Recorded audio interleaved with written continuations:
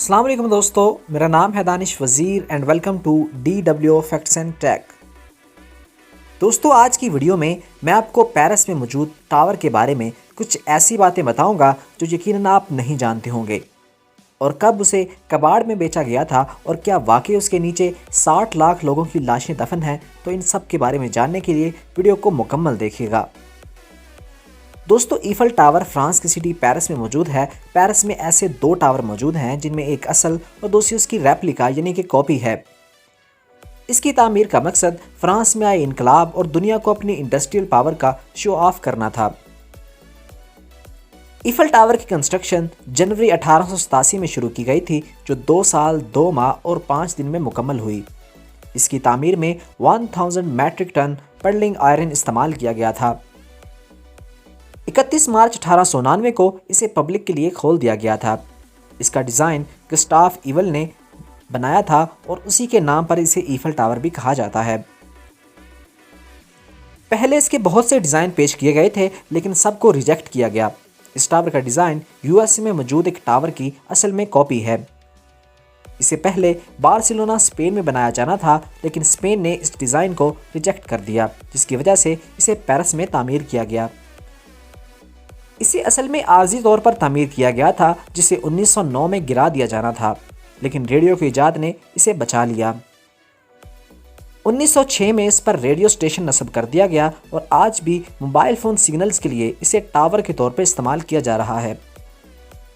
اس کی total height 320 metre ہے، لیکن 57 فیٹ کا انٹینا جو 1957 میں نصب کیا گیا تھا اس کی ہائٹ کو اور بھی بڑھا دیتا ہے۔ میٹل سے بنا ہونے کی وجہ سے ایفل ٹاور کی اونچائی میں 15 سینٹی میٹر کا فرق پڑتا رہتا ہے۔ ایفل ٹاور کی مرمت مسلسل چلتی رہتی ہے، لیکن 7 سالوں میں اسے ایک دفعہ پینٹ بھی کیا جاتا ہے۔ اس پر ہونے والے پینٹ کا وزن 2 ہاتھیوں کے برابر ہوتا ہے۔ یقیناً یہ 19ویں صدی کی ایک شاندار بلڈنگ تھی اور تعمیر کے وقت یہ دنیا کی سب سے اونچی بلڈنگ تھی۔ اس کے اوپر اپارٹمنٹ میں ایفل کا ایک پرائیویٹ روم تھا جہاں کبھی کسی کو جانے کی اجازت نہیں تھی، لیکن بعد میں اسے لوگوں کے لیے کھول دیا گیا۔ ورلڈ وار 2 میں جب جرمن فورسز نے پیرس پر قبضہ کیا تو ہٹلر نے ایفل ٹاور کو تباہ کرنے کا حکم دے دیا، لیکن پیرس کے لوگوں نے لفٹ کی کیبل کاٹ دی تاکہ وہ سٹیئرز کے ذریعے اوپر جائے، لیکن خود ہی اس نے اس حکم کو ختم کر دیا۔ ایفل ٹاور پیرس کے علاوہ دنیا بھر کے لوگوں کو پسند ہے۔ اسی طرح لوگ جس طرح مختلف چیزوں سے شادیاں کرتے ہیں، پیرس میں ایفل ٹاور سے بھی شادی ہو جاتی ہے۔ 2007 میں ایک امریکن عورت اریکا نے اس سے شادی بھی کی تھی۔ 1909 میں جب پیرس کی مالی حالت کمزور ہوئی تو ایفل ٹاور کو 2 دفعہ کباڑ میں بیچا گیا تھا، جس کی کہانی بہت مزیدار ہے۔ اس پر پوری ویڈیو میں اپنے چینل پر اپلوڈ کروں گا۔ دوستو اس کی اونچائی کی بات تو ہو گئی، اب کیوں نہ اس پیرس شہر کے نیچے جایا جائے۔ دوستو یہ خوبصورت شہر اوپر سے جتنا خوبصورت دکھتا ہے، اسے روشنیوں کا شہر کہا جاتا ہے، لیکن اسے لاکھوں لاشوں کا گھر بھی کہا جائے تو بالکل غلط نہ ہوگا۔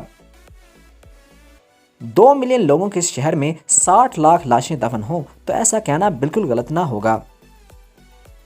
فرانس میں آئے انقلاب میں لاکھوں لوگ قتل کیے گئے تھے۔ اس کے علاوہ بہت سے لوگوں نے جب پیرس کا رخ کیا، جس کی وجہ سے پیرس کے قبرستان بھر گئے اور لاشوں کو خاص انتظام نہ ہو سکا، اور جب بارشیں ہوتی تھیں تو پورے شہر میں لاشوں کی بدبو پھیل جاتی تھی۔ جو گورنمنٹ نے انڈر گراؤنڈ ٹنلز بنوائے جن میں لاشوں کو اس طرح جوڑ کر ڈیزائن بنائے گئے ہیں جیسا کہ آپ تصویر میں دیکھ سکتے ہیں۔ دوستو یہاں کئی صدیوں سے ایسے ہی لاشیں دفن کی جاتی ہیں۔ ورلڈ وار میں جب بہت سے لوگ مارے گئے تھے، ان سب کی ہڈیوں کو خوبصورت انداز سے یہاں جوڑا گیا ہے۔ ان ٹنلز میں جانا یقیناً بہت ڈراؤنا ہوتا ہے، لیکن ہالووین فیسٹیول پر کیٹاکومب آف پیرس میں رات کو رہنے کے کمپٹیشن بھی کروائے جاتے ہیں۔ ان ٹنلز میں تقریباً 70 لاکھ لوگوں کی لاشیں موجود ہیں۔ اس شہر کی آبادی 2 ملین ہے، لیکن اس کے نیچے 60-70 لاکھ لوگوں کی لاشیں موجود ہیں، جو یقیناً ایک حیران کن بات ہے۔ تو ہم یہ کہہ سکتے ہیں کہ یہ شہر دنیا کے سب سے بڑے انڈر گراؤنڈ قبرستان کے بالکل اوپر واقع ہے۔ تو دوستو میں ایسی مزید انفارمیشن ڈھونڈ کے لاتا رہوں گا۔ If you like my video, subscribe my channel and don't forget to press the bell icon. See you tomorrow.